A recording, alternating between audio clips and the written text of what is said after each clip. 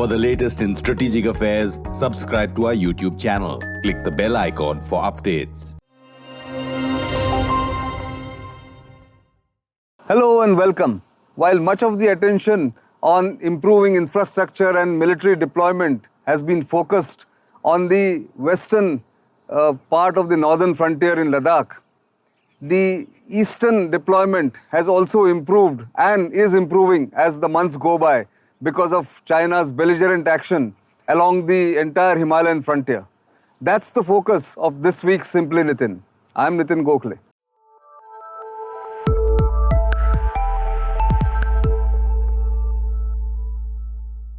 So, while the northern frontier or the western part of the northern frontier in Ladakh hogged much of the limelight in 2020 and early 2021, quietly, India has been beefing up its infrastructure as well as military deployment in the eastern sector.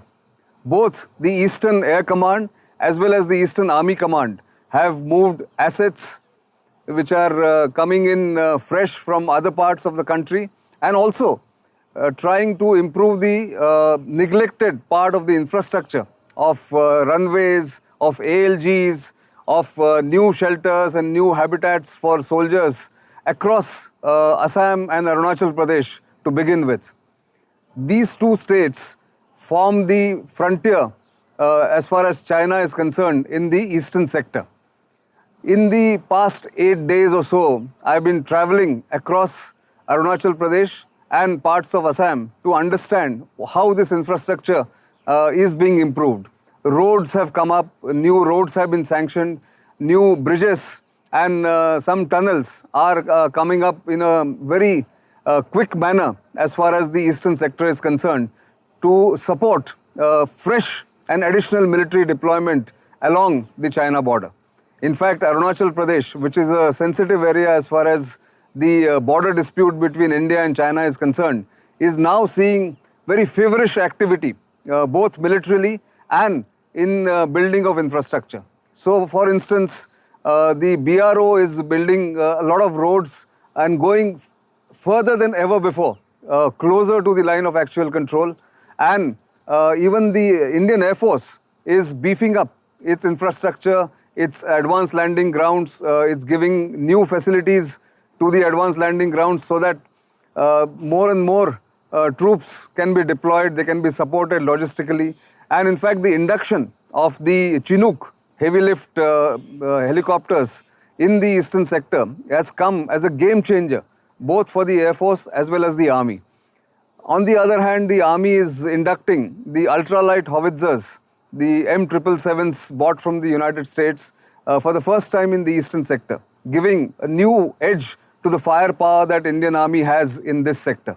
So while the Army is coming up with new habitats, new key location points to house additional troop induction in remote places of say Walong, Tooting, Mechuka, even Anini, the Indian Air Force is building or resurfacing and re-strengthening its airstrips and airfields in the northeast, especially in Chabua, which has a Sukhoi 30 base, the Mohanbari base, which has the Chinooks base there, and of course Tejpur, which also has a Sukhoi 30 fighter squadrons based for the western Kameng area.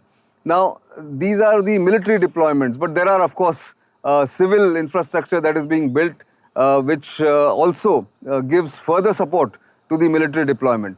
In sum, the attention or re-attention to the east is now proving to be a game changer and a major signal to China that what it did in Ladakh is not possible in Arunachal Pradesh, given the new boost to military deployment and military inductions that have happened in this sector. A massive effort to build and rebuild infrastructure is on in the eastern sector of the northern frontier.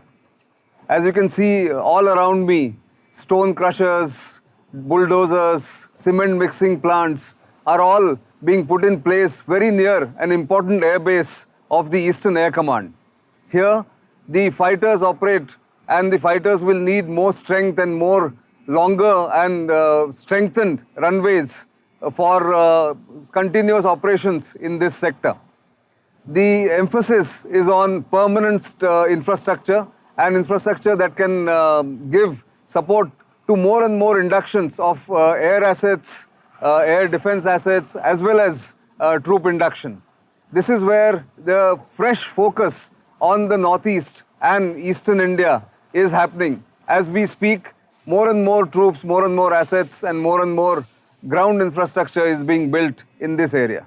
In the past 5 to 7 years, some of the important infrastructure projects in the northeast, like road, like bridges, and some rail-cum-road bridge like this at Bogibbil, have been expeditiously completed for use of both the civilian and the military.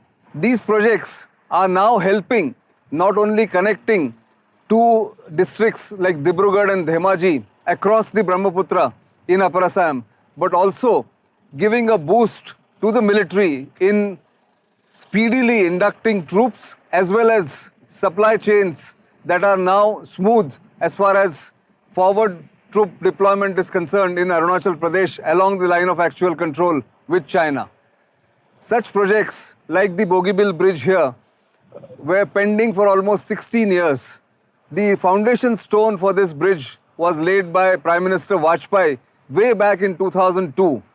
And it was not until 2014 that this bridge construction got a boost, which then got completed in 2018. This has come as a boon for the people of Dhemaji district, which is on the north bank of the Brahmaputra, who can now travel across the big river and come to Dibrugarh to, say, catch a flight to go to Delhi, or even travel faster to go to Guwahati.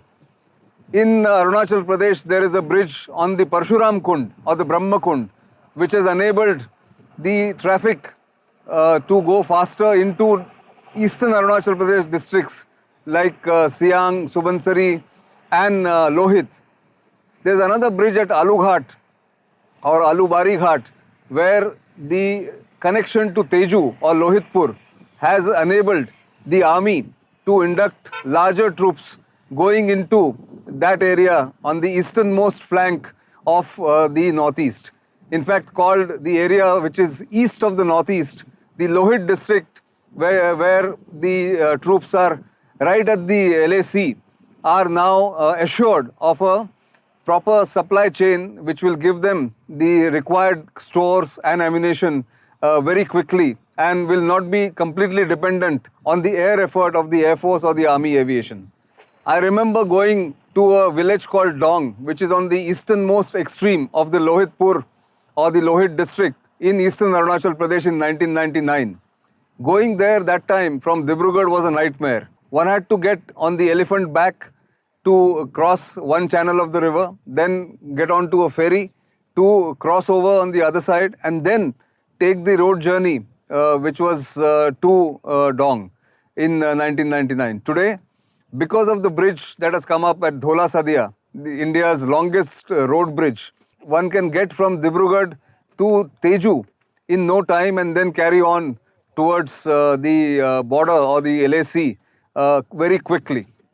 The point being, the infrastructure has improved so well in the northeast of late that both civilian population as well as the military are benefiting from it. The focus of the government as a whole of government approach on the northeast is something that is a recent phenomenon. Although people have been talking about northeast being given special attention since 2002, the speed of execution of different projects which benefit the common people as well as the military shows that India is now giving a very special attention to the long neglected northeast and is therefore enabling the military also to get a boost. While the military has pivoted, one would say, to the Eastern Command, both the Air Force and the Army, the whole of government approach is something that shows the intent of the government in bringing big infrastructure projects that will benefit the people of the Northeast. This is just a glimpse of the progress made in the Northeast, both militarily and in the civilian domain. next week we will not have a Simply Nitin edition, simply because I'm going to bring you a series of reports on how the military is strengthening itself in the Eastern Command of both the Army and the Air Force, and of course show you some glimpse of the civilian infrastructure that has boosted connectivity of the Northeast to the rest of India. That's all I have this week. Keep watching StratNews Global and Simply Nitin, and of course follow us on our social media handles, subscribe to our YouTube channel, and keep sending us feedback. Until the next time, it's goodbye, but don't forget to watch StratNews Global exclusive reports on my trip to the Northeast in the coming days.